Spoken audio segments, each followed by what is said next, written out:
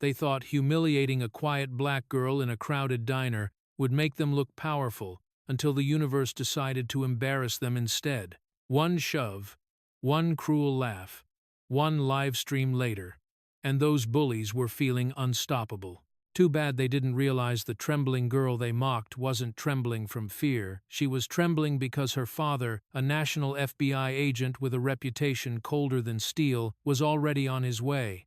And when he walked through that diner door, their future walked out. The bell over the glass door chimed softly as Maya Carter stepped into Redwood Diner, the kind of old-school roadside place where the neon sign flickered every few seconds like it was breathing. It was just after 5 p.m., the time when construction workers, tired students, and families crowded the booths for early dinner.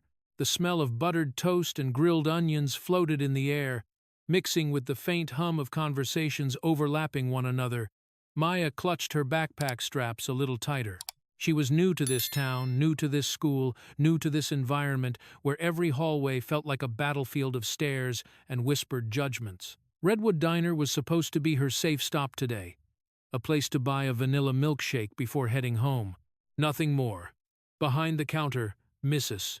Hill, the middle-aged server with tired eyes but a kind smile, lifted her chin.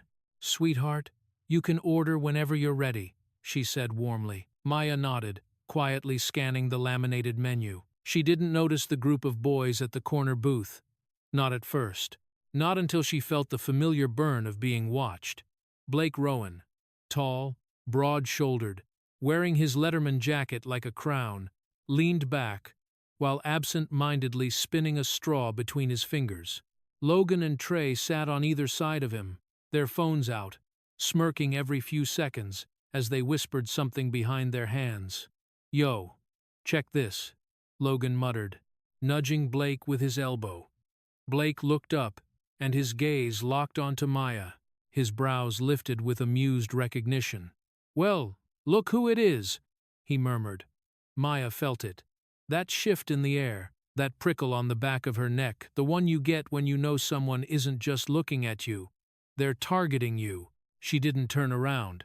She focused her eyes on the milkshake section like it held the secrets of the universe. But Blake didn't look away.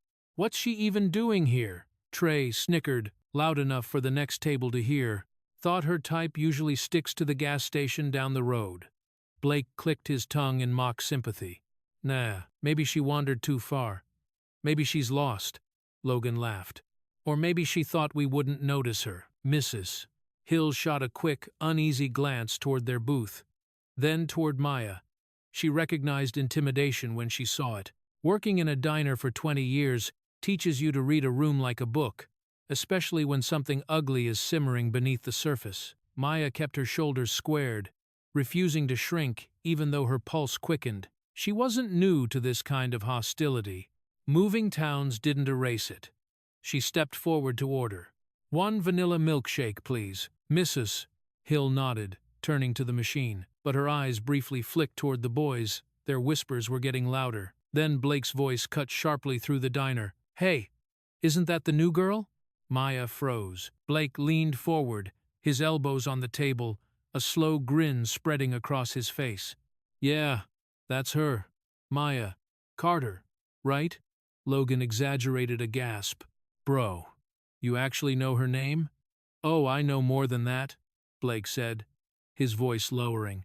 "Heard some things." Trey leaned in. "What things?" Blake tilted his head, studying Maya with a smirk full of arrogance and entitlement. "Rumor at school says her dad drives a taxi for a living. That's why she always looks tired, probably helping him with night shifts or something." Logan chuckled cruelly. "Damn, that's rough," Trey added. "Makes sense why she dresses like that. Budget must be tight." Maya's breath hitched, but she kept her back straight. She refused to turn around. She refused to give them the reaction they were clearly fishing for. But the words still sank in, heavy and sharp. She didn't know where that rumor came from, but she wasn't surprised. People made up stories all the time to justify their prejudice. A black girl walks into school quietly? She must be poor.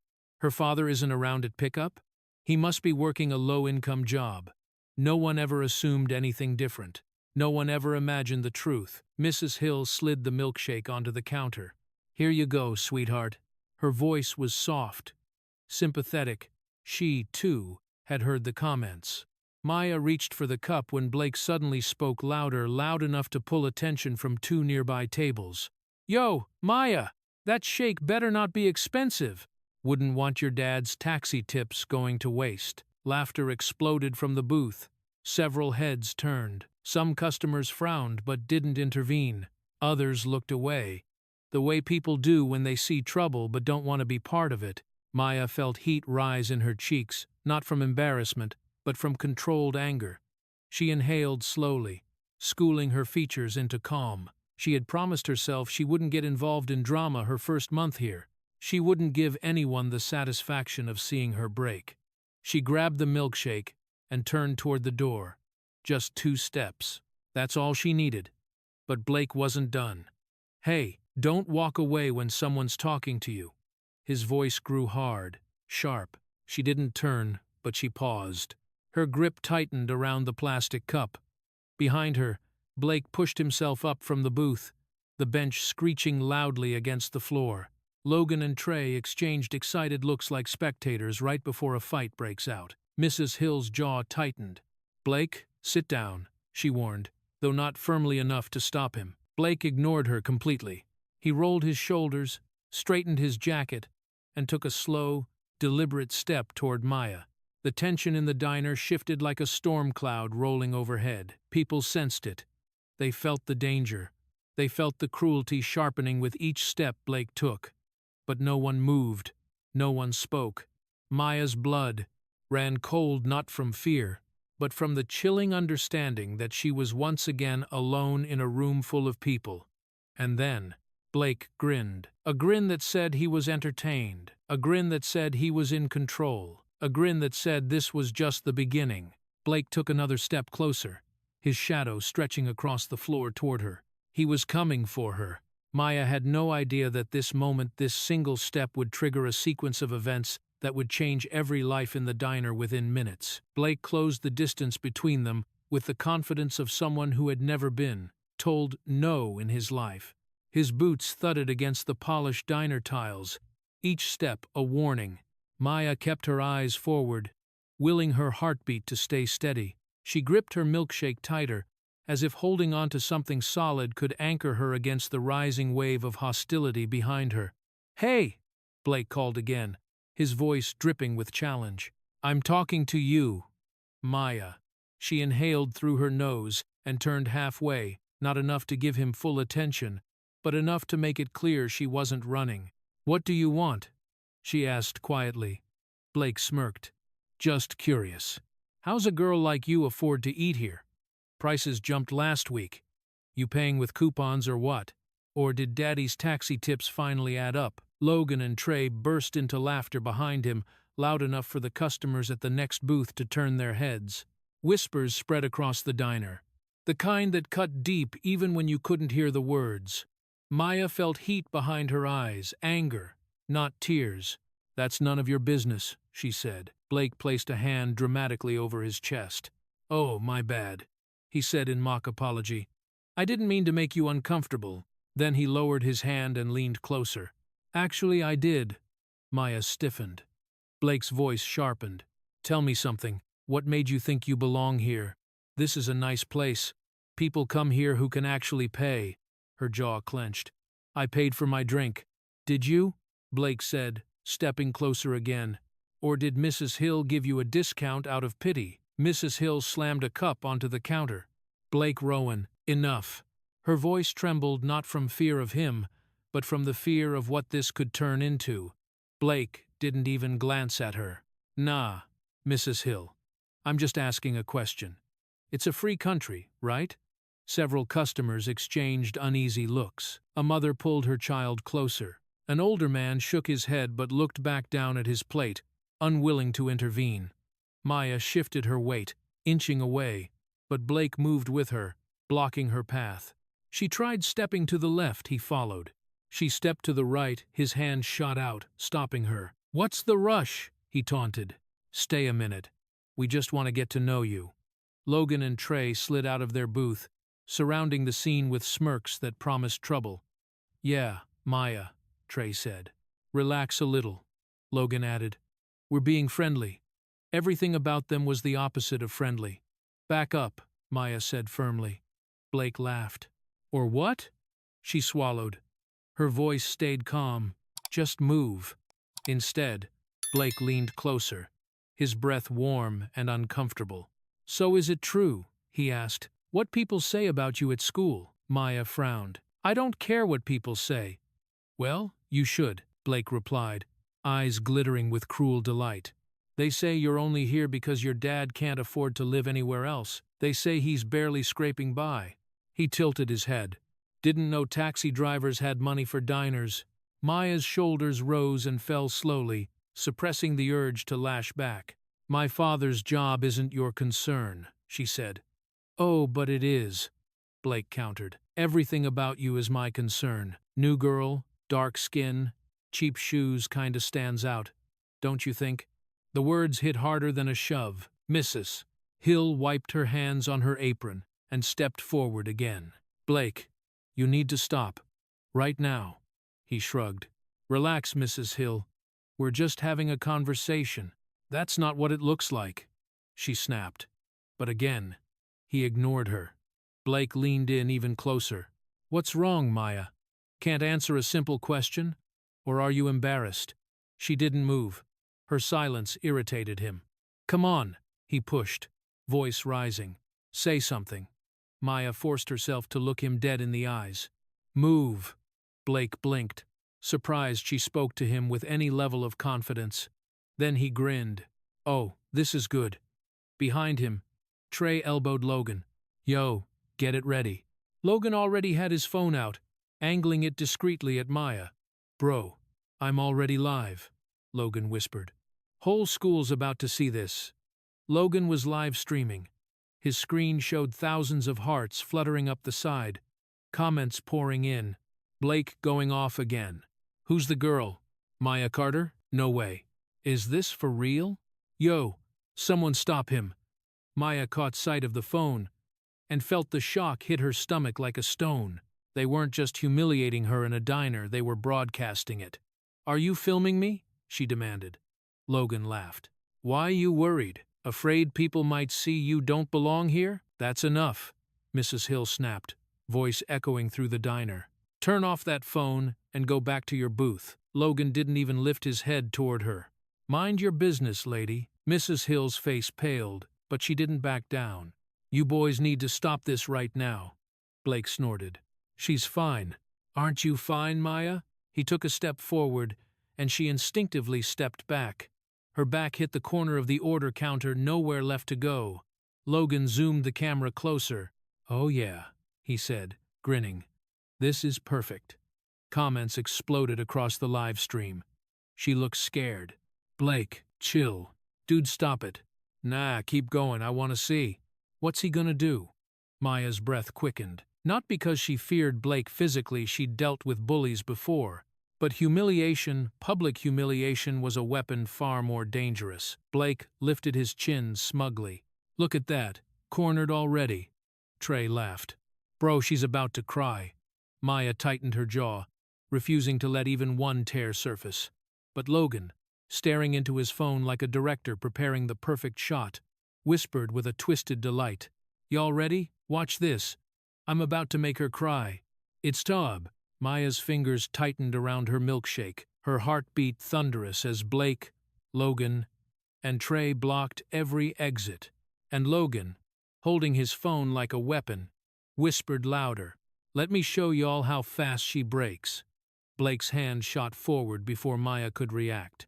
In one sharp motion, he grabbed the front button of her blouse, fingers curling into the fabric as he yanked her toward him. The sudden force made her gasp. Her milkshake nearly slipped from her hand. Her back hit the edge of a table with a dull thud, rattling silverware and drawing every pair of eyes in the diner. "Don't walk away from me," Blake growled, leaning in so close she could see the flecks of arrogance glowing in his eyes. Maya's breath caught in her throat.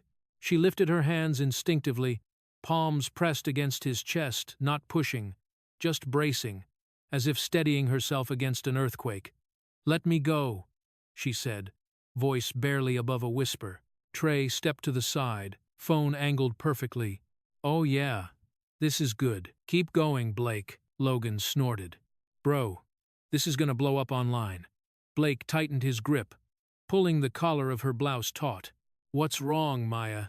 he whispered mockingly. "You got nothing to say now? Thought you were all tough." She wasn't acting tough, she was trying to survive. Her back pressed harder against the wooden table as Blake leaned in, crowding her space with the entitled confidence of someone who'd always gotten away with everything. The table behind her vibrated from the pressure. A family sitting 2 booths away froze mid-bite, forks suspended in the air. "Stop," Maya murmured, her voice trembling but controlled. Blake smirked. "You don't tell me what to do." Trey zoomed in closer. "Get her face, dude." She looks terrified. Her fingers shook, but her eyes did not break. She refused to give Blake the tears he wanted. Her silence, her refusal to collapse, fueled something uglier inside him. "You think ignoring me makes you strong?" Blake hissed. "No, it makes you stupid." He shoved her more forcefully against the table. Plates rattled. A glass tipped and rolled toward the floor, falling with a sharp clink. Mrs. Hill gasped. "That's enough. Blake, you stop that right now." But Blake didn't even flicker in her direction. His focus was entirely on Maya, on breaking her. Maya swallowed hard, her throat burning with fear and humiliation. She could feel her pulse hammering at her temples, her breath tightening in her chest. She wanted to pull away. She wanted to scream. She wanted to do anything except stand there frozen under his grip. But she didn't scream. She didn't flinch. She didn't shed a single tear. Her stillness made Blake's jaw clench. "What? You too scared to cry?" he taunted. "Not gonna beg? Not gonna ask nice?" Trey's voice rose, excited. "Come on, Blake, make her react." A few customers shifted uncomfortably, but no one stepped between them. Blake Rowan's father was influential in this town. No one wanted problems. At the booth closest to the scene, a middle-aged man with a faded navy cap stared at Maya with wide, troubled eyes. Recognition flashed in his face. He whispered to his wife, voice trembling, Isn't that Donovan Carter's kid?" His wife's eyes widened. She looked at Blake, then back at Maya, then quickly shook her head. Don't get involved," she whispered, fear overriding her conscience. Her husband swallowed his words, shoulders sinking. He looked away, choosing safety over justice. Someone in the diner recognized Maya, knew exactly who her father was, knew exactly what danger Blake was walking into, but fear silenced them. Blake, oblivious, continued tightening his grip. "Look at me," he ordered, but Maya kept her gaze fixed downward, refusing to let him see fear. He grabbed her chin with his free hand and forced her face upward. "I said, look at me." Maya's breath shook, but her eyes were steady. "Let me go," she repeated, voice thin but unbroken. Blake sneered. "You think you're better than us, don't you?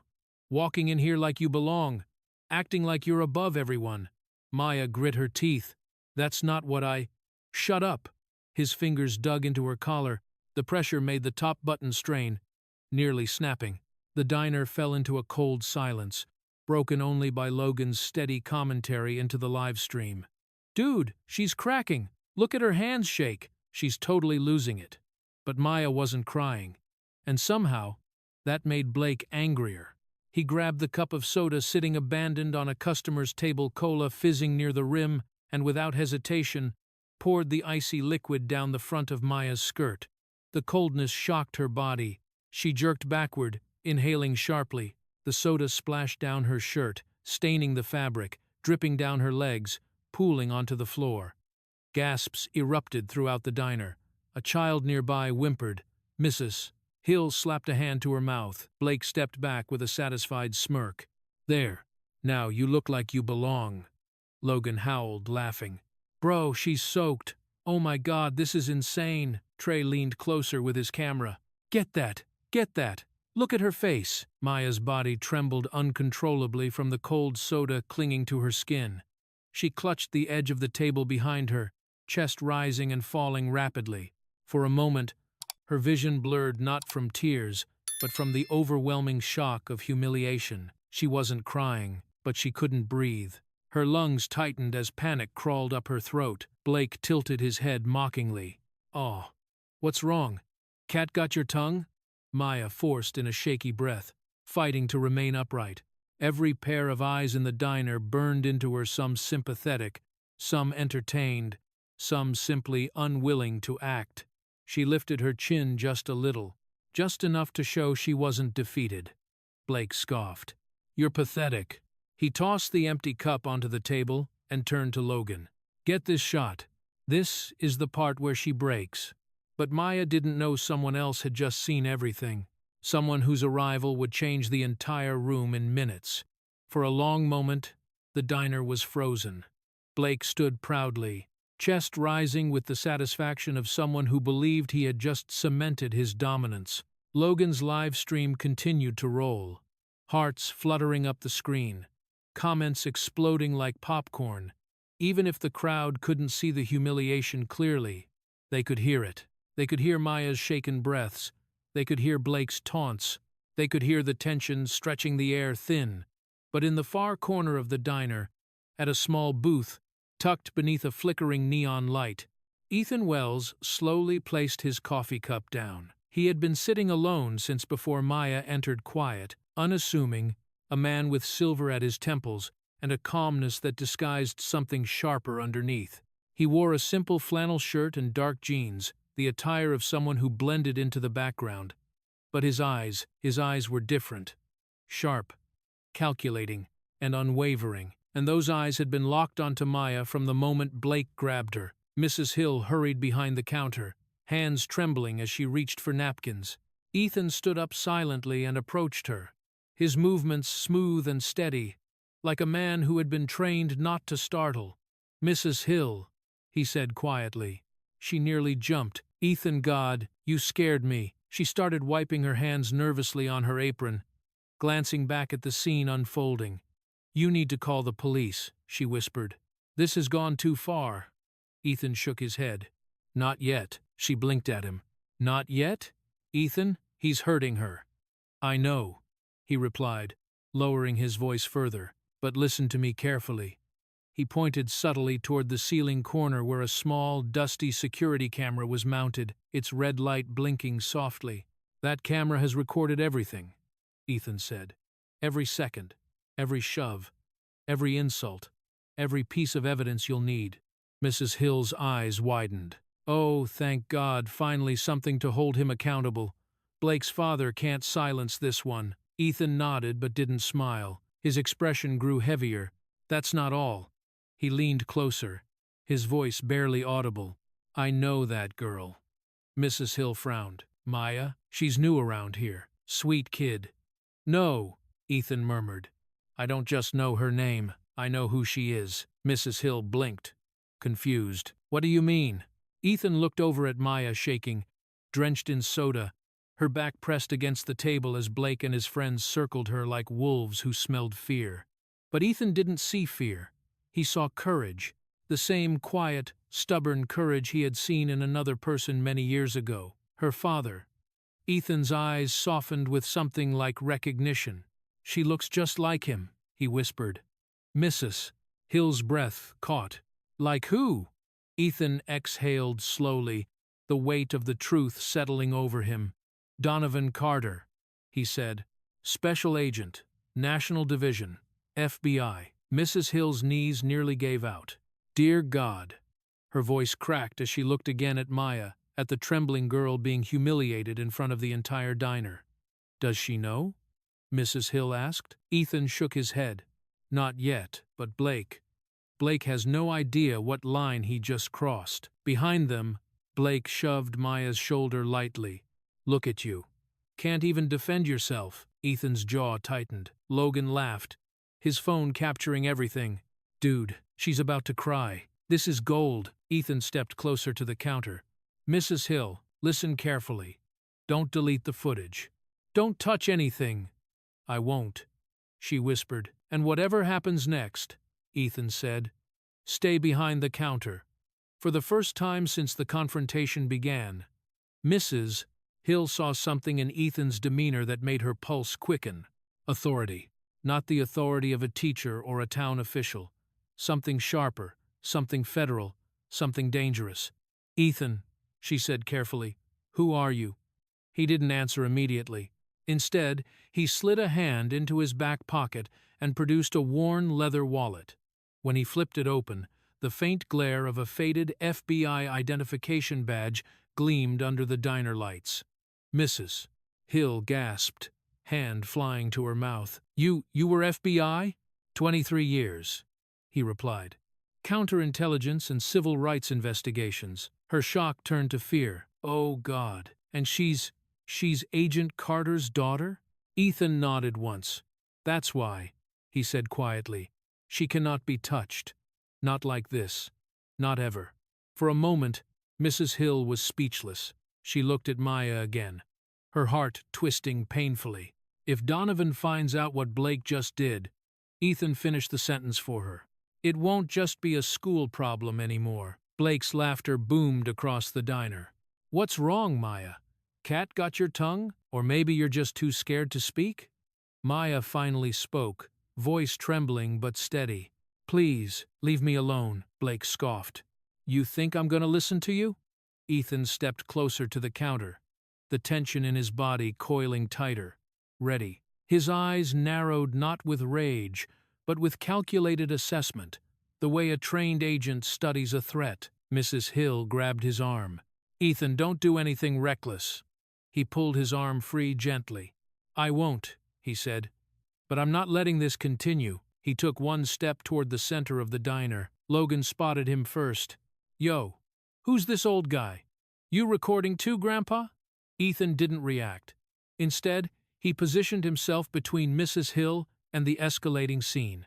His voice, when it came, was low but carried through the diner like a blade slicing through tension. "Blake." The bully turned, visibly irritated. "What? You want something, old man?" You need to stop," Ethan said. Blake blinked. "What did you just say?" Ethan's tone didn't change. His posture didn't change, but his presence shifted, the kind of shift that made the air feel suddenly, dangerously cold. "I said," Ethan repeated softly, "that girl is not someone you boys should be laying hands on." Trey snorted. "Why? You her lawyer or something?" Ethan's eyes didn't waver. "No," he said, "but I know her family. And if you knew who her father was," his words lingered dangerously, "you wouldn't be standing this close to her." Blake stared at him, the first flicker of uncertainty crossing his face. Ethan leaned forward just slightly and delivered the sentence that made Logan's live stream explode with comments. "That girl is not someone you boys should be messing with." But Blake, arrogant, oblivious, Blake still had no idea that he hadn't just bullied a random girl. He had just provoked the daughter of a national FBI agent, and the consequences were already on their way. Blake didn't like being challenged, not by Maya, not by Ethan, not by anyone. The moment Ethan's warning hung in the air, Blake's pride snapped like a brittle twig. His ego, bruised in front of an entire diner, lashed out in the only way it knew how, violence disguised as dominance. He spun back toward Maya with renewed aggression. "You think some random old man's gonna save you?" he sneered. Before she could react, Blake reached forward and grabbed a fistful of Maya's collar, yanking her toward him so hard that the fabric strained and the skin at her throat flushed a deep, painful red. Maya gasped as his grip crushed the space between them. The thin buttons along her blouse dug into her chest, scraping lightly against skin. Pain flared, not enough to injure her deeply, but enough to terrify her. "Stop!" she choked, hands flying up instinctively to push his wrists away. Blake only tightened his grip.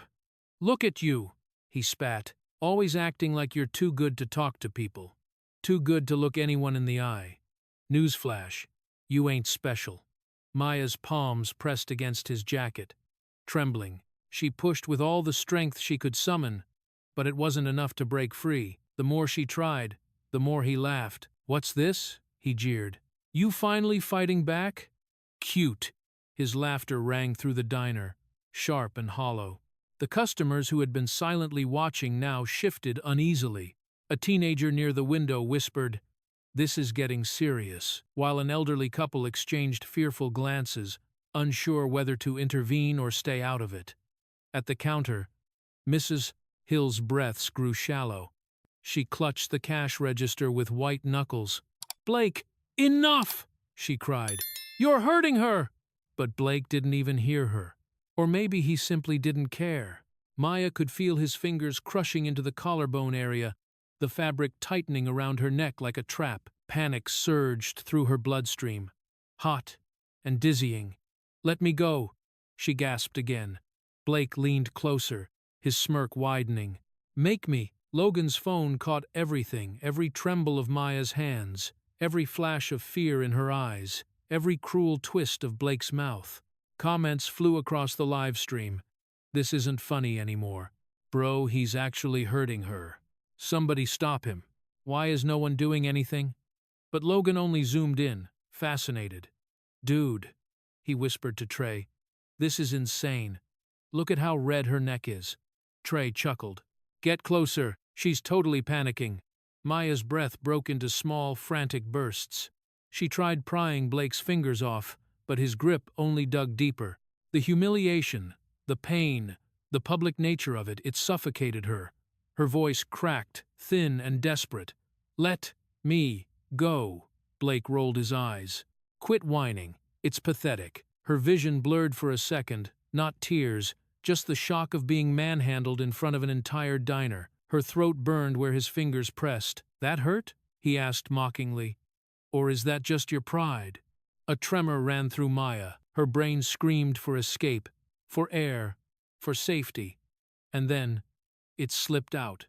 The one thing she never intended to reveal. "My dad," she stammered, breath tearing at her lungs. "My dad will be here any minute." Blake paused. "Just for a second." Logan lowered the phone slightly. Trey blinked. The customers leaned in, and Maya's heart froze. She hadn't meant to say it. She hadn't meant to let anything personal slip. But fear does strange things. It opens doors meant to stay closed. Blake tilted his head, confusion melting into wicked amusement. "Oh," he said slowly. "So Daddy's coming to save you?"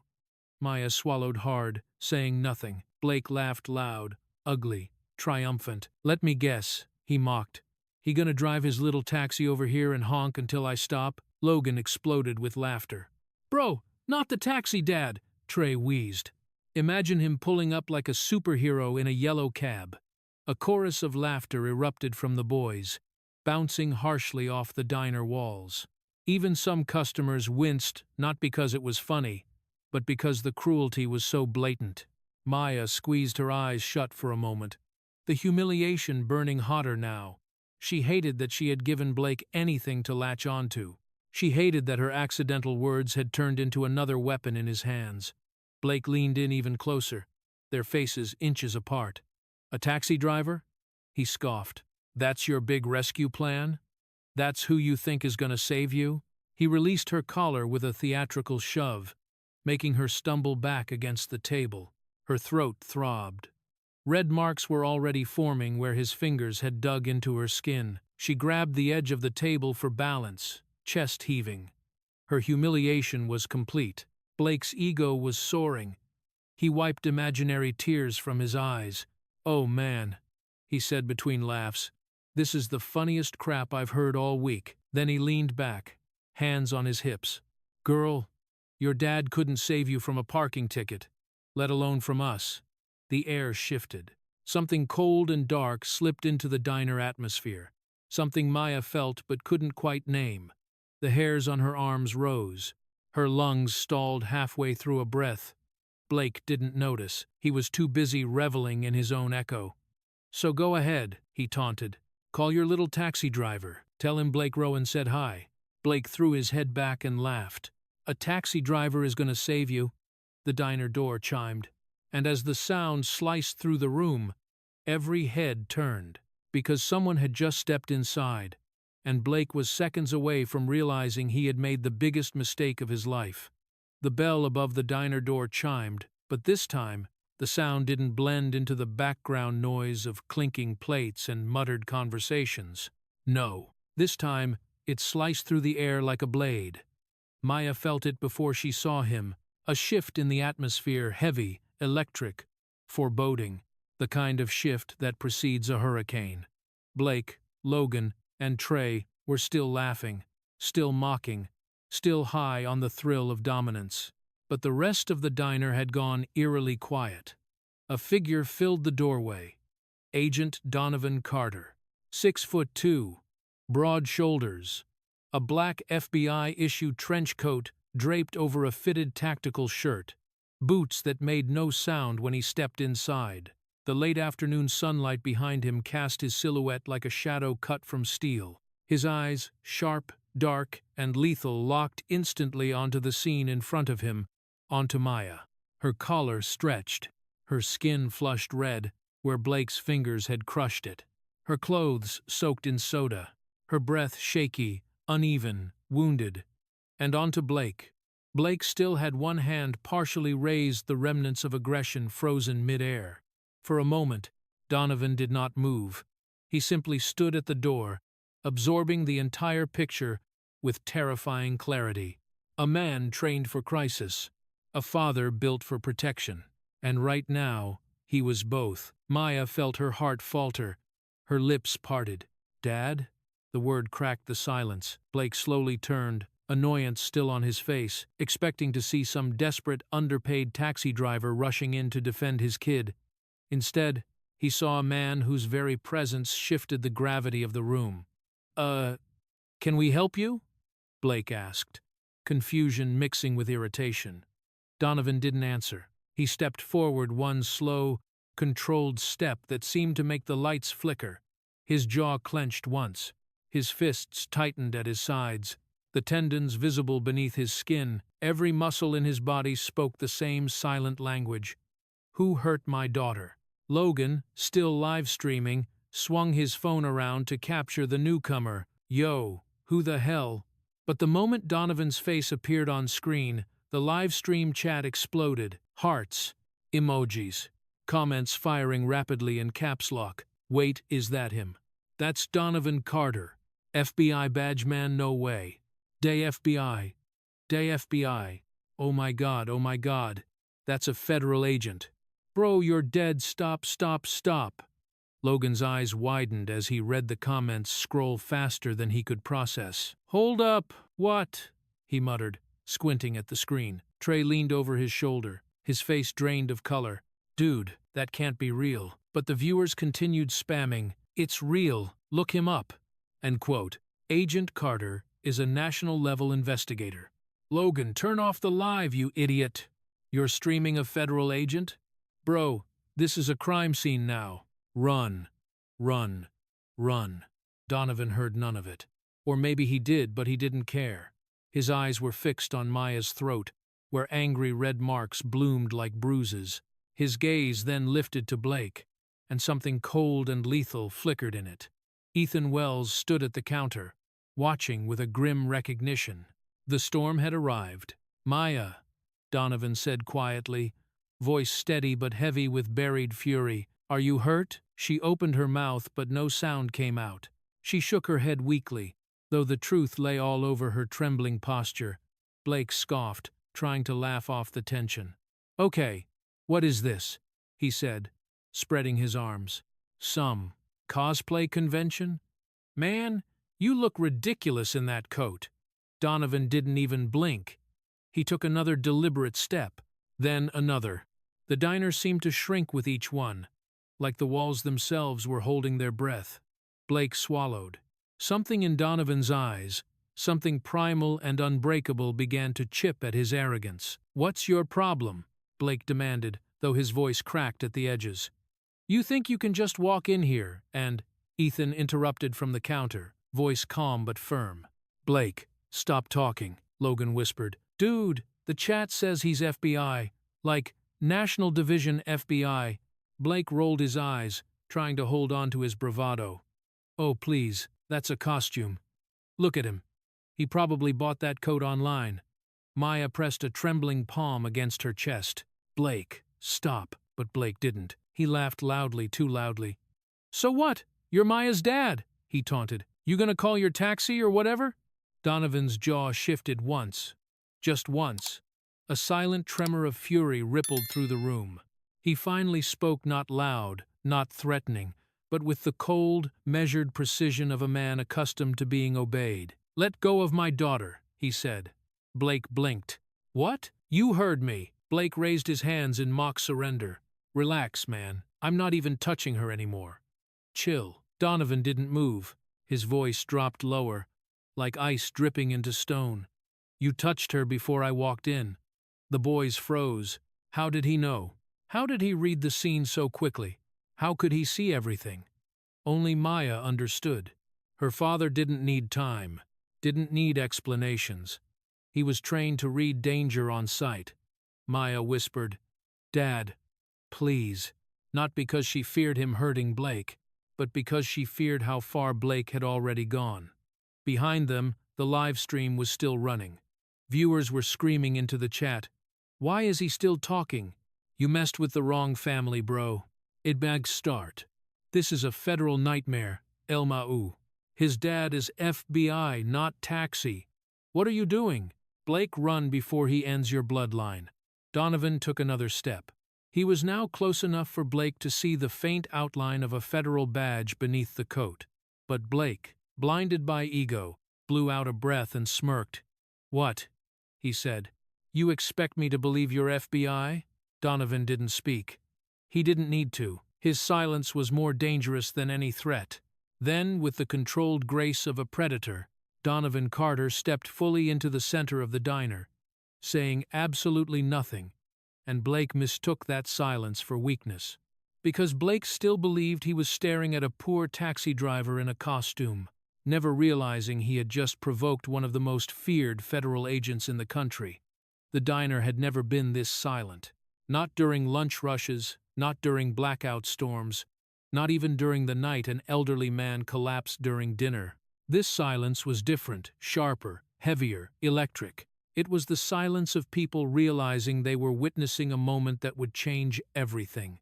Blake stood frozen in front of Donovan, his bravado flickering like a dying candle. Logan's phone trembled in his hand. Trey's breath stuttered. Even the customers, glued to their seats, seemed afraid to blink. Donovan slowly reached inside his coat. Not quick, not dramatic, just deliberate. His fingers closed around something inside his inner pocket, a leather wallet, old but well kept, the edges slightly worn from years of use. He drew it out and held it calmly in one hand. Even before he opened it, Maya felt her chest tighten. She'd seen that gesture countless times at home when he left for work, but here in this diner, in this context, with all eyes on him, it carried a different weight, a devastating weight. Blake tried to scoff. "Oh, come on. You got a wallet? What, gonna show me your Costco membership?" But the wobble in his voice betrayed him. Donovan flipped open the leather wallet, and the diner light's cheap fluorescent fixtures that usually failed to illuminate the corners seemed to reflect perfectly off the metallic badge. Inside, a golden emblem, the shield of the Federal Bureau of Investigation. The letters engraved with such authority that even the light seemed to bow to them. The badge gleamed, unmistakable, undeniable. Mrs. Hill gasped. A woman at the back pressed a hand to her chest. A teenage boy choked on his soda. Maya's breath caught, because for a moment, the entire diner saw her father as she had always known him, a man carved from discipline, danger, and justice. Donovan's voice was steady, deep, and lethal. "Special Agent Donovan Carter, National Division." Blake's jaw slackened. Logan whispered, "Holy crap." Trey raised his phone instinctively to capture Blake's reaction, but instead, the camera focused tightly, perfectly, on the badge. Every detail was clear. Every seal, every number, every letter. Plot, twist. 7. Trey's live stream, already filled with frantic viewers, erupted so violently the chat nearly froze from overload. Messages exploded. "Do you know? FBI. They FBI. They FBI. I cans on the getter starred. That's a real badge, what the fuck? Check the numbers. It matches his official profile. Oh my god, that's the Donovan Carter. He's solved national cases. What is he doing in a diner? Bro, they messed with a Fed's daughter running in. This is live on my FYP. Someone call 911. The comment counter skyrocketed. 10K viewers. Seitsementoistuk. Coxy 35K. People screen recorded. People stitched the live stream. People posted reactions in real time. In the diner, the tension reached a breaking point. Donovan snapped the badge shut. He didn't raise his voice. He didn't step closer. He didn't even glare. He simply said, "I asked you once already. Did you put your hands on my daughter?" Blake's lips parted, but no sound came out. His face drained of color so fast it looked like someone pulled the life out of him with invisible strings. Logan whispered frantically, Dude, stop talking. Just stop." But Blake couldn't move, couldn't speak, couldn't even breathe properly. His entire identity, his arrogance, his power, his social status crumbled in a single moment beneath that badge. I mean she, Blake stuttered, pointing lamely at Maya. "It wasn't you're overreacting." Donovan didn't react. Not to the excuses, not to the lies, not to the pathetic attempt at deflection. He simply stood there, absorbing every micro-expression, every twitch, every tremble. Years of interrogation training sharpened his perception to a knife's edge. Maya watched Blake shrink, literally shrink under her father's presence. The same boy who mocked her minutes ago now looked like a child caught stealing from a federal vault. But Donovan wasn't satisfied with fear. Not yet. He needed truth. He needed evidence. He needed every detail, because he wasn't just a father in this moment. He was an agent, responding to a hate-driven assault. The kind he had spent years prosecuting. Behind him, customers remained frozen, too scared to interfere, too captivated to look away. "Mrs. Hill whispered, Oh dear God. Blake's father can't buy his way out of this one." Ethan Wells watched Donovan with a solemn, knowing nod. The former agent recognized the shift instantly. Donovan had moved from parental fury to professional mode. Blake felt that shift too. It terrified him. "I tried to tell you," Ethan murmured toward the boys, though none of them seemed capable of hearing anything beyond their own panic. Donovan turned slightly, addressing no one and everyone at once. "Is there a security camera?" he asked. Mrs. Hill straightened. "Yes, over the counter, and 2 above the booths." Donovan nodded once. The customers exchanged glances. This wasn't a man who came to start a fight. This was a man who came to finish a case. The badge had changed everything. But what Donovan did next mattered even more. He looked back at Blake, his voice quiet and unshakable.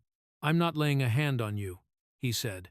"Not until I see every second of what happened." Blake swallowed hard.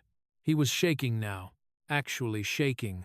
Logan's live stream caught it all, zooming in on Blake's pale face, on Maya's trembling fingers, on Donovan's icy stare. "Bro," Logan whispered, horrified. "You're done. You're absolutely done." Trey's hands were shaking so much he nearly dropped the phone. Blake stumbled backward, his face bleaching white, as he realized this wasn't a joke, or a prank, or a viral moment. This was federal. But Donovan didn't take a step closer or raise his voice. He wasn't done because before he would act, he needed the full truth captured in evidence. And the diner's cameras had recorded everything. The diner felt less like a restaurant now, and more like a sealed crime scene. No one moved. No one breathed too loudly. Every customer watched Agent Donovan Carter with the same silent awe people reserve for thunderstorms. Beautiful, terrifying, unstoppable. Donovan stood tall in the center of the room, the badge no longer visible, but its weight felt everywhere. "Mrs. Hill," he said quietly, "I need access to your security footage. All cameras." His tone wasn't loud. It didn't need to be. It was the tone of someone who expected immediate compliance because he had never once received anything else. Mrs. Hill nearly dropped the cup she was holding. Yes," Of course, she stammered. The system. It saves to a USB. I'll get it. Her hands shook violently as she turned to the small office behind the counter. The air felt thick, charged, as if even the lights flickered in anticipation. Maya watched her father, chest tight, throat still aching from Blake's grip. Donovan hadn't even looked at Blake since showing his badge. He didn't need to, not yet. He was gathering evidence, building the foundation of something far bigger. Blake stood frozen near the table, breathing shallowly, knuckles white as he clutched the back of a chair. Logan and Trey hovered behind him like shadows collapsing inward. They no longer looked like cocky teenagers live-streaming drama. They looked like boys on the edge of a federal cliff. Missus. Hill hurried out of the back room, clutching a small silver USB drive between trembling fingers. Here, she whispered, placing it in Donovan's open palm. This should have everything. Donovan accepted it with silent precision. Before he could speak, Ethan Wells stepped forward. I'll confirm it, he said. Blake's head snapped toward him. Confirm what? Ethan didn't acknowledge him. Instead, he met Donovan's eyes with a nod of professional respect. It's authentic, Ethan said. This diner's cameras record continuously. Timestamps embedded. I've seen the system before. It's federal court admissible. Donovan returned the nod, one seasoned agent recognizing another. Logan's mouth fell open. Wait. You too? What is this place? An FBI clubhouse? No one looked at him. Donovan turned slightly, scanning the room once more before addressing the bullies directly. I need to make something clear, he said. His voice wasn't loud, but the room reacted as if thunder had cracked overhead. Blake swallowed, a tremor crawling through his shoulders. I don't understand, he muttered. You assaulted my daughter, Donovan said evenly. Physically, verbally, repeatedly. Logan took a step back. Trey's shaking intensified. Donovan continued, and those comments about her skin, her background, your attempts to demean her publicly. He paused. Every soul in the diner leaned forward. Constitute more than simple bullying. Maya felt the pressure in her chest tighten. Blake blinked rapidly, eyes darting between Donovan and the exits. What do you mean? He whispered. Donovan held up the USB drive, small, silver, and now heavier than anything Blake had ever feared. Depending on the recorded content, Donovan continued, this may qualify as a hate crime under federal jurisdiction. A pin dropping on the floor would have sounded like an earthquake. The words hung in the air like a death sentence. Hate crime. Federal. Prison time. Life-changing consequences. Blake staggered backward, as if physically struck. Hate crime. He choked. His voice cracked like thin ice. Trey's phone almost slipped from his hands. Logan's live stream shook violently, the comments now erupting into a frenzy. Hate crime. Bro, you're going to federal court? Turn off the live. Turn off the live. This isn't school suspension anymore. It's a Fed case. What the fuck? Oh my god, it did. Someone in the diner gasped. A mother hugged her child tighter. An older man whispered, Jesus, he's done for. Donovan didn't raise his voice. He didn't need to. His calmness was more devastating than rage. We will retrieve and review the footage, he said. Every second, every word, every action. If the evidence aligns with what I've observed and what witnesses corroborate. He paused again, letting the silence stretch. This becomes a federal investigation. Blake's knees buckled. He collapsed into a nearby chair, face ghost white, chest rising in ragged breaths. I didn't. It wasn't. We were just. He couldn't finish a single sentence because there was no excuse, no justification, no way to undo what he'd done. Maya watched him, not with triumph, but with the hollow ache of someone who had endured too many moments like this in her life, moments where cruelty hid behind laughter, moments where humiliation was brushed off as jokes. But today was different. Today, someone in power was standing for her. Ethan stepped closer to Donovan, voice steady. There's also the live stream, he said. It's public, unedited. Tens of thousands of witnesses. You'll want that archived too, Donovan nodded. Live stream. At that moment, Logan glanced at his phone and froze. The viewer count was climbing. Fast. Xtio. Nol. Chiwen Ba Chen. Shiwan Si Chen. Shisuwan Wu Chen. And rising. Comments flooded so quickly they blurred into a wall of digital panic. Save the live. End quote. This is evidence, oh my God. FBI agent caught on stream. You're all done. Low. This is going viral on Twitter already. Clip this, clip this, clip this. Logan looked like he might vomit. B. Blake, he whispered. This is everywhere. The whole internet is watching. Blake's eyes widened impossibly. No, no, no, no. Turn it off. Turn it off. He lunged for Logan's phone, but Logan jerked away. I can't, he cried. It won't close. People are screen recording. It's already out. We can't stop it. Blake's breathing turned frantic. His world, the world where he was untouchable, was collapsing in real time. Donovan watched all of it with cold, unwavering composure. He didn't shout. He didn't rush. He didn't need to. This wasn't vengeance. This was procedure. And he was the storm.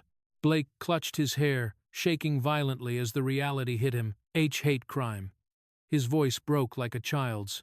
But even as fear swallowed Blake whole, he didn't know. The final blow wouldn't come from Donovan. It would come from the millions watching online.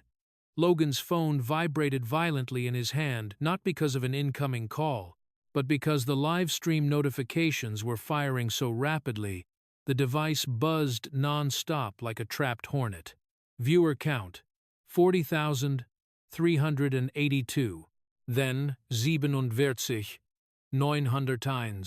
Then 53,204. The numbers climbed so fast Logan felt dizzy. His mouth hung open in stunned horror. Oh my God, he whispered. It's blowing up. This is actually blowing up. Trey looked over his shoulder and nearly dropped the phone. Dude, this is insane.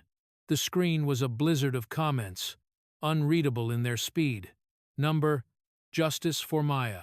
I'm shaking. WTF is happening in that diner. This girl deserves better. Who hurt her? Is that her dad? Bro, that's Donovan Carter, I swear. This is a federal case, oh my God.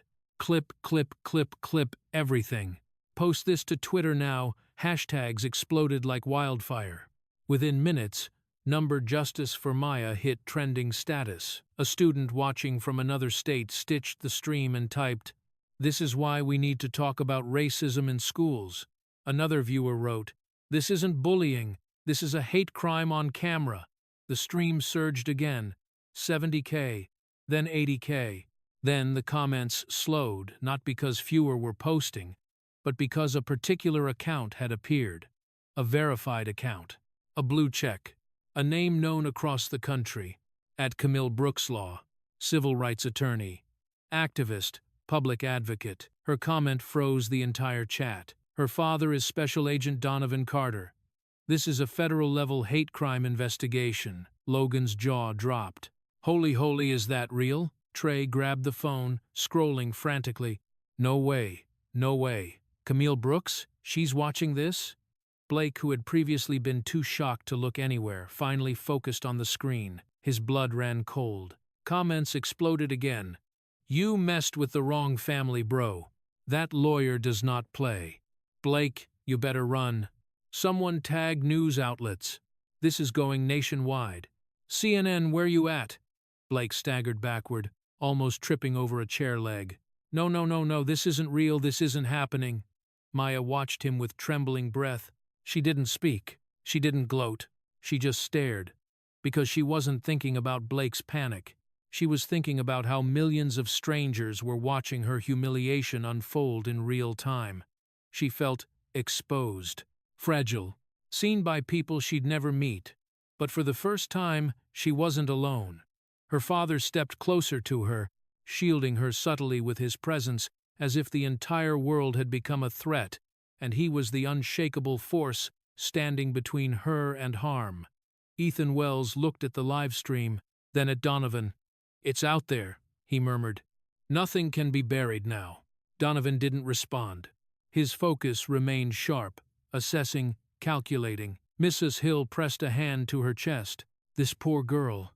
I didn't realize it was this serious. Blake clutched Logan's arm. Turn it off. Turn it off. I can't, Logan cried. It won't stop. People are screen recording. It's everywhere already. Blake grabbed the phone. Give me that. But Trey yanked it away. No! If you touch it, it'll look worse. Dude, this is evidence. This is literally evidence. Blake shook, tears of rage and panic filling his eyes. We have to stop it. This can't. He looked up at Donovan, whose expression didn't change. Not pity. Not rage. Just cold, unwavering resolve. Please, Blake whispered, voice cracking. This is getting out of control. Donovan raised one eyebrow. Now you think it's out of control?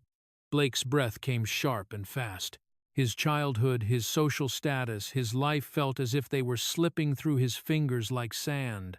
He squeezed his temples. This is going to ruin me. Ethan stepped closer.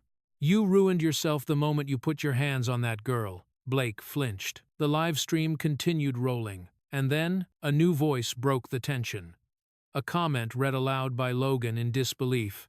Someone tagged the police. They're on their way. Another viewer chimed in. I live in that town. I hear sirens. And then, the cops are coming. Blake's eyes widened in terror. No, please, not the police. His plea was cut short by the distant, rising wail of sirens. A swirling, unmistakable sound, slicing through the air like a blade. The sirens grew louder, closer, faster. Everyone in the diner turned toward the front windows. The neon sign flickered inside the glass as blue and red lights flashed in the distance. Logan whispered, voice trembling. They're really coming. Trey's face drained to chalk white. Oh my God, dude. We're so screwed. Blake's knees buckled. He collapsed onto a chair, staring blankly at the live stream, which now displayed comments like, cop cars outside. You're done, Blake. This is getting serious. Justice for Maya. I'm screening this for court. He repeated the same phrase over and over in a broken whisper. Please, this isn't happening. This isn't happening. Maya exhaled shakily, and Donovan placed a hand gently on her shoulder, a small gesture, but one that grounded her. Dad, she whispered, voice cracking.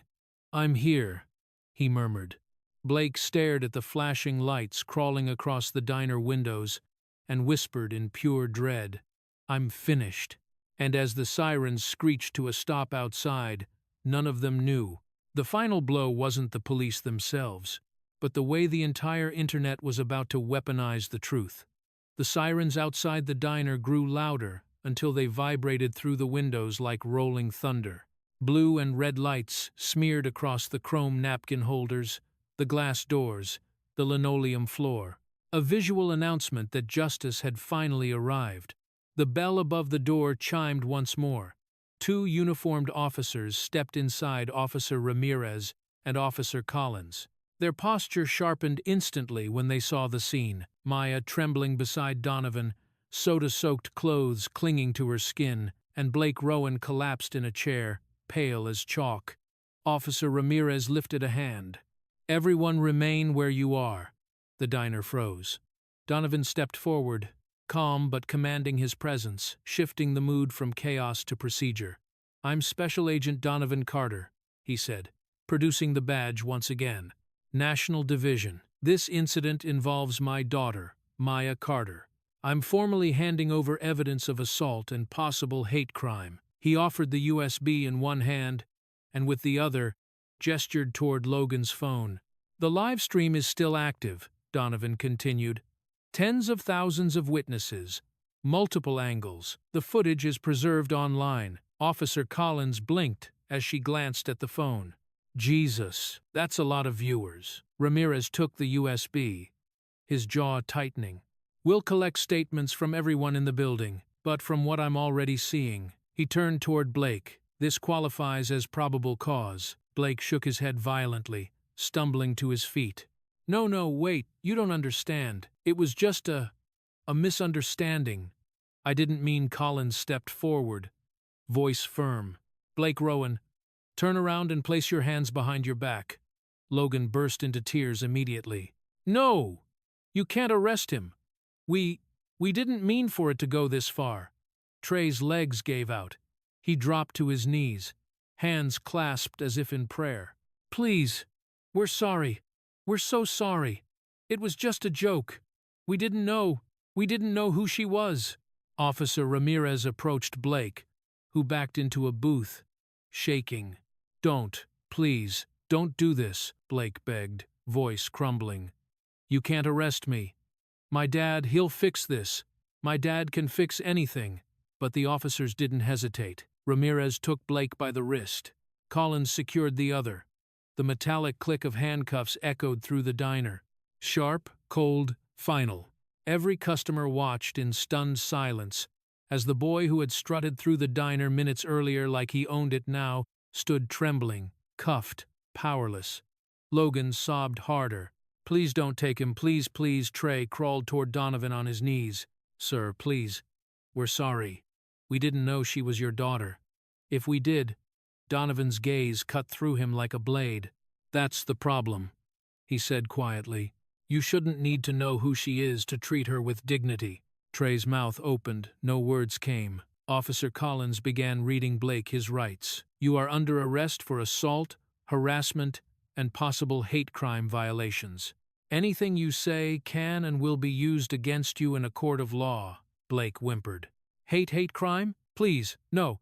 This can't be a federal thing. Please don't do this. Donovan stepped closer, not out of anger, but out of duty. You crossed a line, he said. You crossed several. Blake's eyes streamed with tears. Please, he whispered. Donovan's next words hit him harder than the handcuffs ever could. We'll be transferring the case to federal court. The entire diner gasped. Logan collapsed into a booth, covering his face. Trey's sobs turned into small, broken hiccups, and Blake looked like he'd been hollowed out from the inside. No, he breathed. No. Federal. No. Officer Ramirez tightened the cuffs and nodded toward the door. Let's move. As Blake was escorted out, he turned one last time toward Maya. His lips trembled. I'm sorry, he whispered. But the apology evaporated before it reached her, because Maya finally broke, not from fear, not from humiliation, but from release. As the handcuffs clicked shut on Blake's wrists, her chest loosened, for the first time since she stepped into the diner. A tear fell not of pain, but of overwhelming relief. Donovan immediately wrapped an arm around her shoulders, steady and grounding. It's over, he whispered. You're safe, she cried harder, burying her face against him. It's okay, he murmured. Let it out. The customers watched, many with tears in their own eyes, witnessing not a dramatic scene, but a father protecting what mattered most.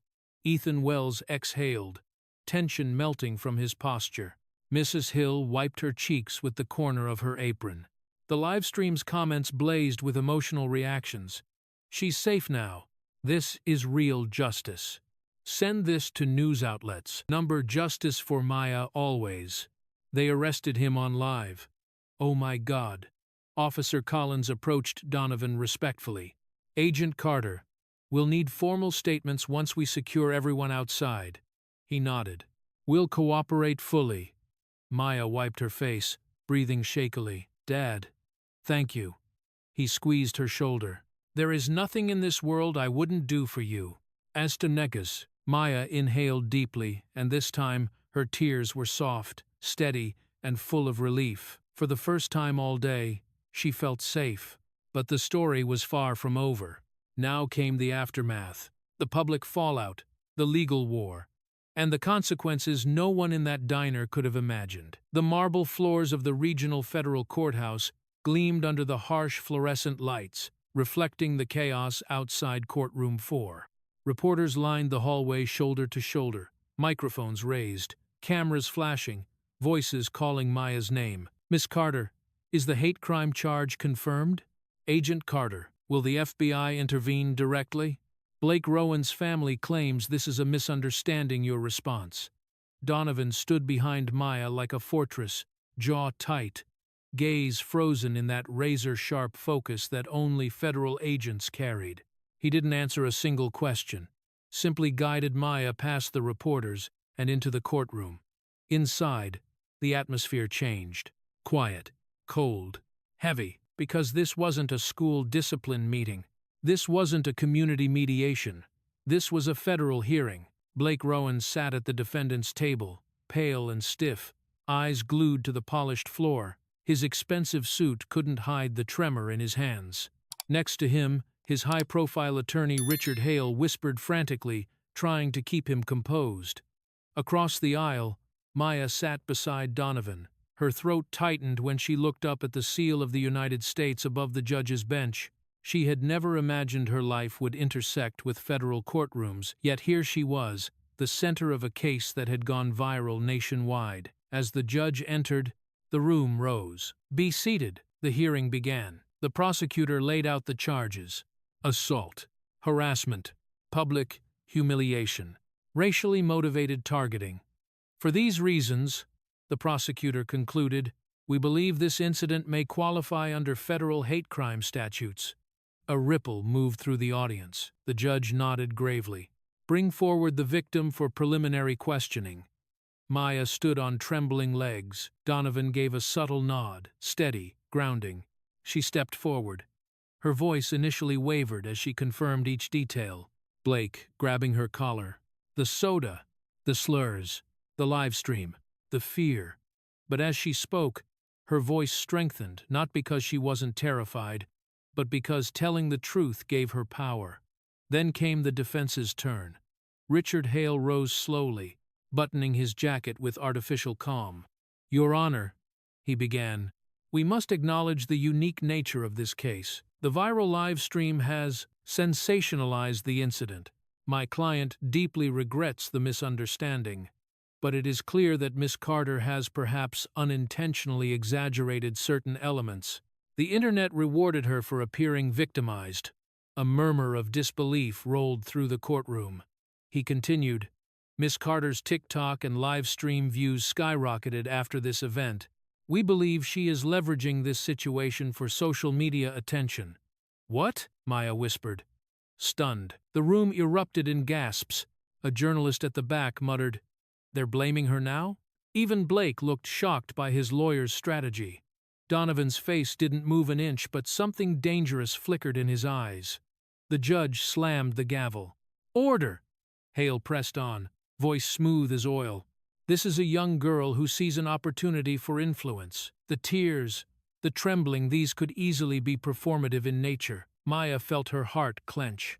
The humiliation she thought she had escaped surged back with a vengeance. But Donovan stood up, not aggressively, not emotionally, just deliberately. "Your Honor," he said, "I request permission to speak." The judge raised an eyebrow. "You are the victim's father. This is unusual. I'm also a special agent with the Federal Bureau of Investigation," Donovan said calmly, "and my statement pertains to evidence relevant to the case." Permission was granted. Donovan stepped forward and placed a sealed manila folder on the evidence table. "For the court's review," he said. "This is an internal behavioral report compiled over the past 4 years concerning the defendant, Blake Rowan." Hale stiffened. "That file is classified. How did you—" "It was obtained through appropriate channels," Donovan said flatly. "And its contents reveal a pattern the defense conveniently omitted." The judge gestured for the clerk to open it. Inside were documents, timelines, school reports, redacted interviews. Donovan explained, "Blake Rowan has been involved in multiple prior incidents of racially motivated bullying at 3 different schools. Reports were filed each time. Witnesses confirmed slurs, aggression, and targeted harassment." The courtroom buzzed with shock. Donovan's tone sharpened. But each report mysteriously disappeared. Each victim suddenly recanted. Each incident was erased. He turned, eyes locking onto Blake. "And every time, his family paid a substantial settlement to the victims' families, or to the schools." Gasps rippled like electricity. The judge leaned forward. "These allegations are serious, Agent Carter." "They're facts," Donovan said. Reporters scribbled with frantic speed. Camille Brooks, the civil rights attorney, watching from the gallery, leaned back with a satisfied nod. Blake crumbled in his seat, his breathing hitched, his complexion drained to ash. The jury, previously unreadable, now stared at him with unmistakable suspicion. Blake's eyes filled with terror as 12 pairs of juror eyes shifted toward him, heavy with judgment, and for the first time, he understood. This wasn't going away. But as damning as the evidence was, Maya still had one more ordeal ahead of her, the most personal, most difficult testimony she would ever give. The moment Maya stepped out of the heavy courthouse doors, the world erupted into noise. Camera shutters snapped like rapid gunfire. Spotlights flashed. Microphones lunged toward her from every direction. Hundreds of reporters crowded the courthouse steps, forming a barricade of bodies and flashing lenses. Behind them, thousands watched through screens, phones raised high, live streams spiking into the hundreds of thousands. "Maya Carter, over here! Look this way!" End quote, end quote, end quote. "Can you comment on the federal charges? Is it true your father pulled strings to get this case elevated? Did you provoke the boys in any way? Are you using this for social media clout?" The questions slammed into her like invisible fists. Maya felt her throat tighten. The courthouse walls had protected her earlier, but outside, under the glare of the world, she felt exposed again, raw and fragile. A reporter stepped forward, voice cutting through the chaos. "Miss Carter, some are suggesting you escalated the situation. Did you do anything that may have triggered the boys' reaction?" Maya's breath shook. Another reporter shouted, "Are you leveraging your father's federal connections for attention? There are claims this case is exaggerated for views." Maya's chest ached. She had heard these kinds of questions before, subtle accusations disguised as curiosity, doubt framed as neutrality, blame wrapped in polite words. She swallowed hard. "No," she whispered. But the word was lost in the roar of voices. Her eyes stung not from tears, but from the crushing weight of being scrutinized by millions. She blinked rapidly, refusing to let a single tear fall. She had cried earlier for relief. She would not cry here for the entertainment of cameras. A few feet away, Donovan watched with clenched fists, torn between shielding her and letting her stand on her own. He knew stepping in would only feed the narrative of her being protected. He knew she needed to speak for herself eventually. But seeing his daughter tremble under the blinding lights broke something inside him. "Maya, don't answer that," he said firmly, stepping closer. Yet before he could reach her, another voice rose sharp, mocking. "Miss Carter, some viewers think you're exaggerating because your father is a national agent. Is that true?" Her breath hitched. The question burned deeper than all the others. She opened her mouth, but no words formed. Her voice failed her. Her vision blurred at the edges, her heart squeezed painfully. She felt alone, utterly, crushingly alone. Then a small hand slipped into hers. Maya looked down. A little girl no older than 10 stood beside her, skin dark, hair in neat braids, eyes wide with both fear and fierce admiration. She wore a simple pink t-shirt and held a notebook covered with doodles. Without hesitation, the child threw her arms around Maya's waist. Maya gasped quietly. The crowd went silent. The little girl's voice trembled, but her words were clear, ringing through the stillness. "You helped us feel safe, Maya." Her small hands clung tighter.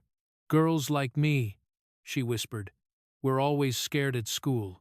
Scared they'll laugh at us or hurt us. But when we saw you stand up, even when you were scared, we felt like maybe we can stand up too." Maya's breath broke. Her vision wavered. This time not from humiliation, but from something overwhelming and warm and devastatingly human. The crowd, previously ruthless, fell utterly silent. Reporters lowered their microphones. Someone whispered, "Oh my God." Then, slowly, at first, applause began. A single clap, then another, then a wave. Within seconds, the courthouse steps thundered with applause, cheers, and rising chants. "We stand with Maya. We stand with Maya. We stand with Maya." Phones everywhere began streaming again, not to ridicule her, but to support her. Online, the hashtag exploded. Number, Stand with Maya. Justice for Maya. Number, Protect Black Girls. The algorithm caught it instantly. Within minutes, it dominated national trending lists. Maya felt her spine straighten not consciously, but as if the weight lifting from her shoulders gave her room to breathe.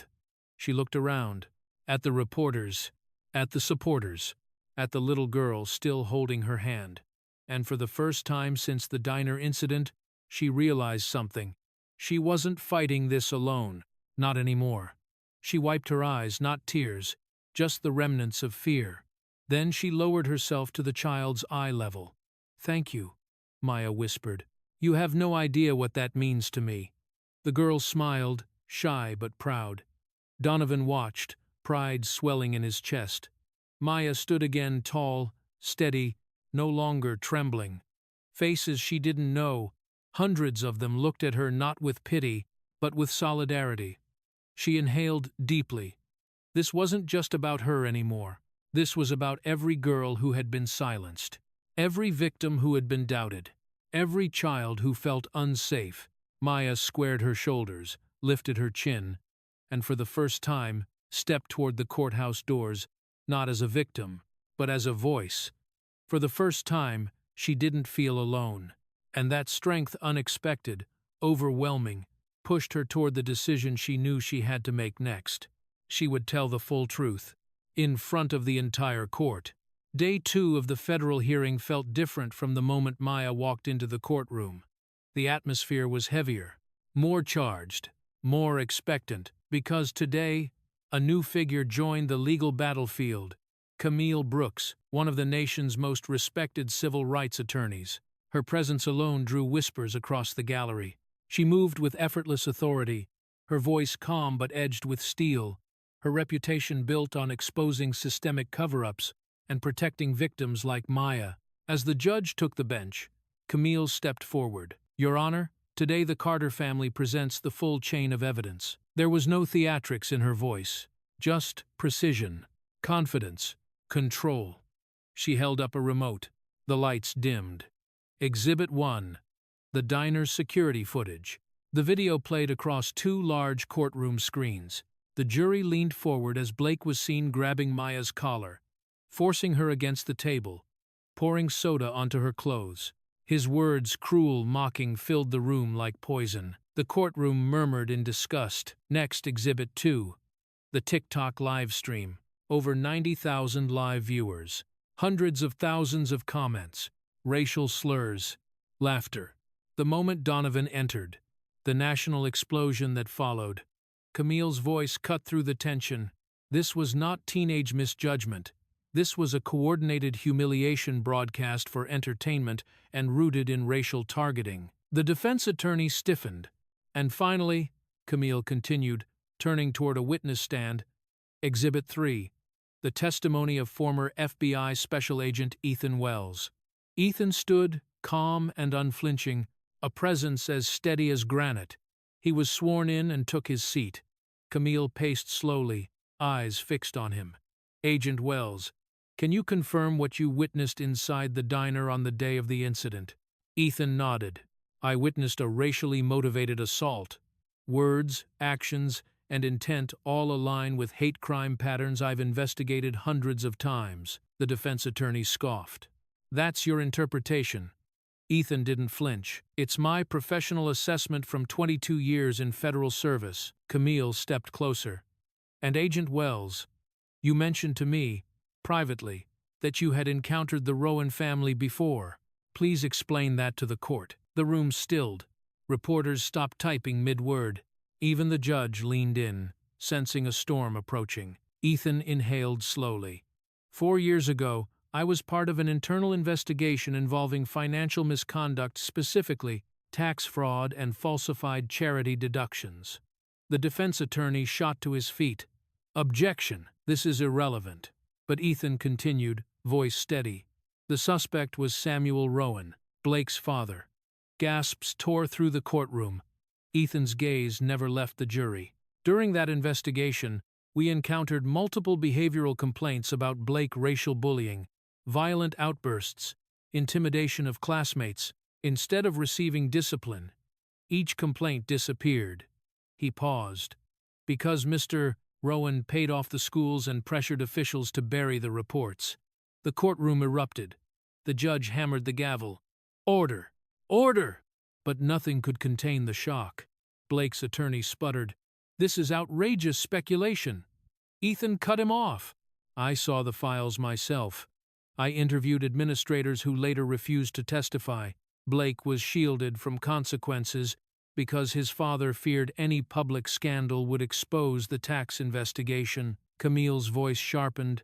"So you're saying what we are witnessing today, this assault on Maya Carter, is not an isolated incident?" Ethan nodded firmly. "It is the direct result of years of systemic cover-ups, indulgence, and the absence of accountability." The entire room turned toward Blake. He sat rigid, face drained of color, fingers trembling. Sweat rolled down his temples. He shook his head dazedly, like someone waking from a nightmare he helped create. Camille took a step back, giving him space. "Blake Rowan," she said softly, "do you have any response to this testimony?" Blake didn't answer. His lips quivered. His chest rose and fell in quick, panicked bursts. He looked at his parents, his mother crying silently, his father gripping the table in humiliation. And something inside Blake cracked. He clutched his head with both hands, voice breaking into a scream. "My dad made me act tough." The courtroom froze. Tears streamed down his face. He told me if I didn't stand my ground, if I didn't look strong, everyone would think our family was weak. He said I had to be the leader, show everyone we weren't scared." His words tumbled out uncontrollably. "I didn't want to. I never wanted to hurt anyone." But he kept pushing, kept yelling, kept saying I was a disgrace if I didn't fight back at school. His father bowed his head in shame, unable to meet the stares piercing him from all corners of the courtroom. "They made me this way," Blake sobbed. "I didn't want to be the bad guy." The room trembled with shock. The defense attorney sank into his chair. Even the judge looked stunned by the raw confession unraveling before him. The jury, previously neutral, now exchanged quick, urgent glances.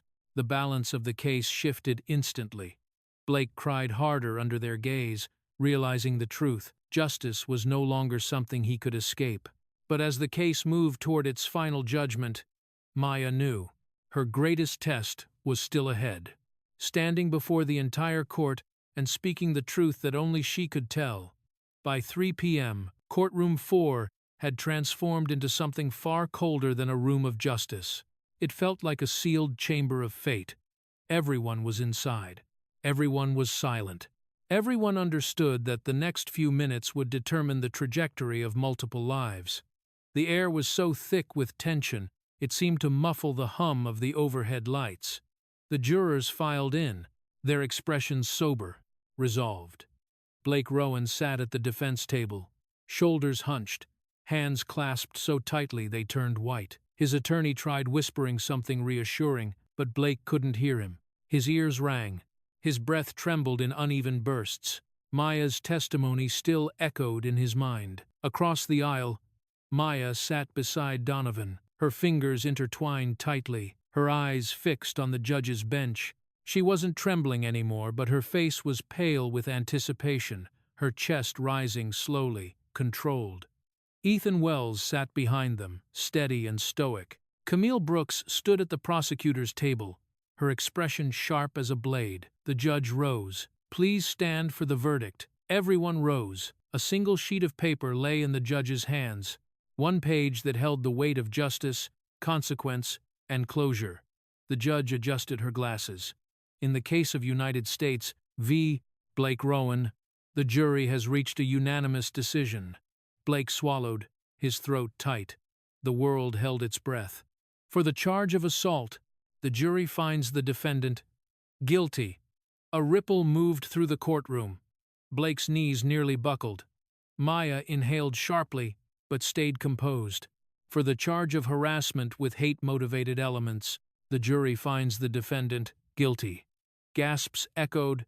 A reporter whispered, "Historic ruling." Blake squeezed his eyes shut, tears gathering. and for the charge of public humiliation and emotional harm, the jury finds the defendant guilty. Silence, a silence that said everything. Blake broke first. A small, strangled sound escaped him, a cracked sob. His shoulders shook as he slowly lowered himself onto the chair, face buried in his hands. But the judge wasn't done. She looked at him, her voice firm yet neither cruel nor triumphant. "Mr. Rowan, your actions reflect a severe lack of empathy, accountability, and respect for the dignity of others. This court does not tolerate racially motivated harm, nor the broadcasting of violence for entertainment." Then her tone sharpened. "And further, due to evidence presented by the FBI and federal prosecutors, this court authorizes the opening of an extended investigation into the Rowan family's financial dealings." Blake's head snapped up. His mother gasped. His father's face drained of all color. The judge continued, "There is probable cause to investigate tax evasion, fraudulent accounting, and bribery related to suppression of prior bullying reports." Absolute chaos erupted in the audience. Gasps, murmurs, shocked whispers. The Rowan family's assets will be temporarily frozen pending review. The Rowan Group's financial division will be audited immediately. A journalist near the back whispered, "They're done. Their entire empire will collapse." As though fate itself responded to her words, Camille Brooks' phone buzzed. She glanced at it. Rowan Enterprises' stock had begun to plummet.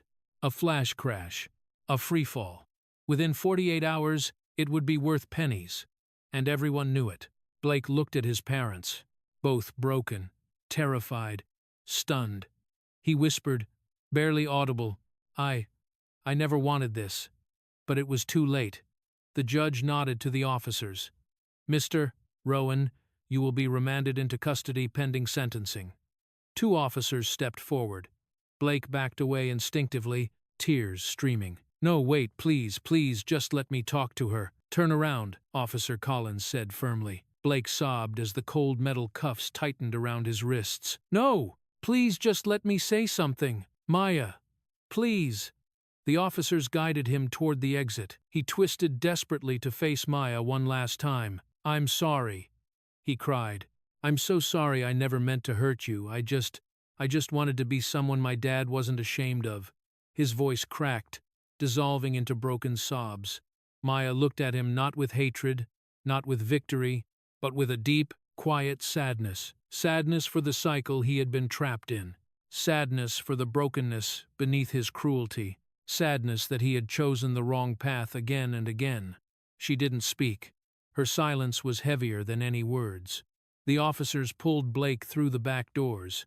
The clang of those doors closing felt like a chapter, slamming shut. Reporters rushed out of their seats to run outside and report in real time. The judge adjourned court. When Maya turned back toward Donovan, her father's expression softened for the first time since the diner incident. He placed a firm, steady hand on her shoulder. "You did everything right," he said. Maya swallowed hard, the tension in her chest finally loosening. I just wanted the truth, and you brought it," Donovan said. Flashbulbs erupted outside the courtroom doors as they opened to leave. Reporters shouted questions. Supporters cheered. Cameras captured every step. But Donovan walked beside his daughter, shielding her with his presence not because she was weak, but because she had borne too much alone. As they stepped into the sea of flashing lights, Maya inhaled deeply, not with fear, but with newfound strength, and she walked forward, ready. But despite the verdict, despite the justice served, Maya knew there was still one final thing she needed to do, for herself, for her healing, for her future. The bell above the diner door chimed softly as Maya stepped inside, and for a moment she simply stood there, absorbing the quiet warmth of the space where everything had once spiraled out of control.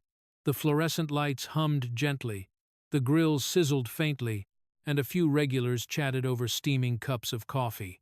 It looked like an ordinary diner again. But something had changed. Right above the counter, freshly mounted and framed in bold lettering, "We do not tolerate racism." Ever. The words weren't decorative. They were a declaration firm, unapologetic, and born from the storm that had shaken this very room. Maya exhaled softly. This was where she had stood, trembling, pinned between a bully's hands and a world that didn't yet know her pain. This was where humiliation had first taken root, where fear had choked her, where the live stream had exploded into millions of eyes watching her suffering. But today the diner felt different, safer, softer, stronger, like she was walking into a place reclaimed, not feared. Donovan walked beside her, his presence steady but unintrusive.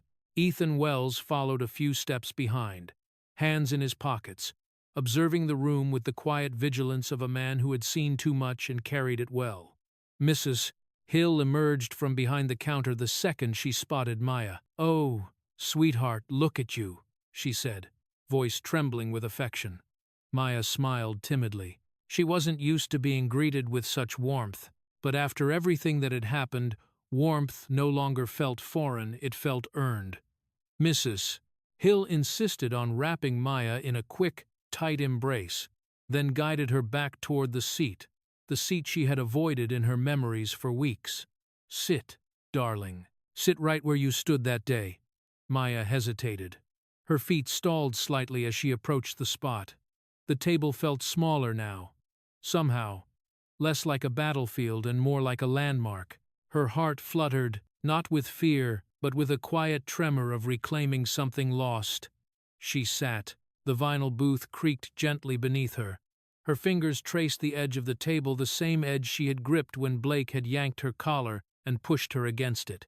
But now, the table felt cool, neutral, safe. Mrs. Hill wiped her hands on her apron, her smile softening.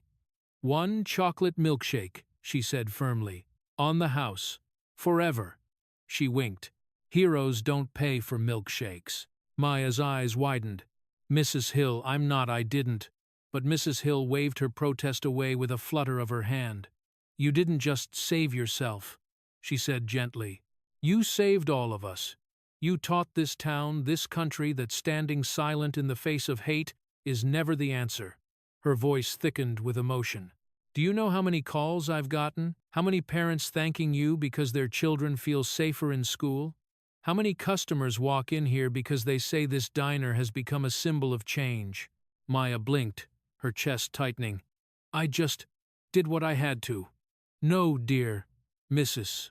Hill said, placing the milkshake in front of her with care. "You did what many couldn't." Behind her, two teenage girls whispered to each other, glancing at Maya with shy admiration. A man at the bar nodded respectfully. Even the cook, a gruff, broad-shouldered man Maya had never seen, lifted a hand in silent acknowledgement. Ethan stepped forward, clearing his throat with a softness Maya hadn't heard from him before. "I have something for you." He reached into his jacket and gently placed a small silver USB drive on the table. Maya stiffened slightly. She recognized it. It was the USB, the original footage, the recording that had captured every insult, every shove, every second leading up to her father walking through that door. "Ethan, I don't think I need to see it again. It's not for watching," he said. "It's for keeping." She looked up at him, confused. Ethan's eyes softened in a way only time-hardened men allowed. "This isn't just evidence of a crime," he said. "It's evidence that you stood up when the world needed a voice, that you endured something cruel and refused to let it break you." He pushed the drive closer. "You keep this," he murmured, "because one day, when someone else needs courage, you'll remember exactly how strong you were." Maya stared at the USB. So small, so lightweight, yet it felt impossibly heavy in her palm. A piece of her past, a testament of her survival, a symbol of her transformation. "Thank you," she whispered. I don't know what to say." "You don't need to say anything," Ethan replied. "You already said everything in court." She swallowed hard, emotion pressing behind her ribs. Then Donovan moved slowly, deliberately, and placed his hand gently but firmly on her shoulder. The weight of his palm grounded her instantly. "You're not a victim, Maya," he said, voice low, steady, warm. You never were. She looked up at him, tears gathering. You're a game changer, he continued. You changed an entire conversation in this town, maybe in this country. You took something meant to break you, and used it to break a cycle. Maya felt her throat constrict. A tear slipped down her cheek, not of pain, but of something bittersweet and healing. Donovan pulled her into a tight embrace. One hand cradled the back of her head, the other wrapped protectively around her shoulders. I'm proud of you, he whispered into her hair. So damn proud. For the first time since the diner incident, Maya allowed herself to fully exhale, long, shaky, but cleansing. The afternoon sunlight filtered through the large front windows, staining the booth in a warm, honeyed glow. Dust particles floated gently through the slanted beams, turning the diner into something soft, almost dreamlike. Hope, that's what it felt like. A hope she almost forgot was possible. Mrs. Hill watched from the counter, smiling through teary eyes. Ethan sipped quietly on his coffee. The regulars relaxed back into their conversations, each discreetly glancing Maya's way with newfound respect. As Maya straightened again, brushing the last tears from her cheeks, she looked toward the door. It opened suddenly with a burst of energy. A group of middle schoolers rushed in, 3 girls and 2 boys, all wide-eyed the second they spotted her. That's her, one whispered loudly. Oh my God, that's Maya Carter, another said, tugging her friend's sleeve. The group approached her booth hesitantly, shy but excited. Hi, one girl said, her voice cracking. We saw your case on TikTok. You're like, really brave, another chimed in. Can we, maybe, take a picture with you? Maya blinked in surprise. She had never imagined being someone younger kids looked up to. But here they were, looking at her not with pity, not with sadness, but with admiration. She exchanged a glance with Donovan, who only nodded with a proud, gentle smile. Maya turned back to the kids and smiled softly. Yeah, she said, I'd love that. As the children piled around her, holding up their phones and laughing nervously, Maya realized something profound. Her story wasn't defined by the hurt she endured, but by the change she sparked. Her journey wasn't ending. It was beginning. The diner buzzed with renewed energy. Sunlight pooled at her feet. Voices filled the room with warmth and hope. And as the camera flashes lit up around her once again, not with cruelty, but with celebration, Maya understood with absolute clarity. Her story had only just begun, and now justice stood firmly on her side.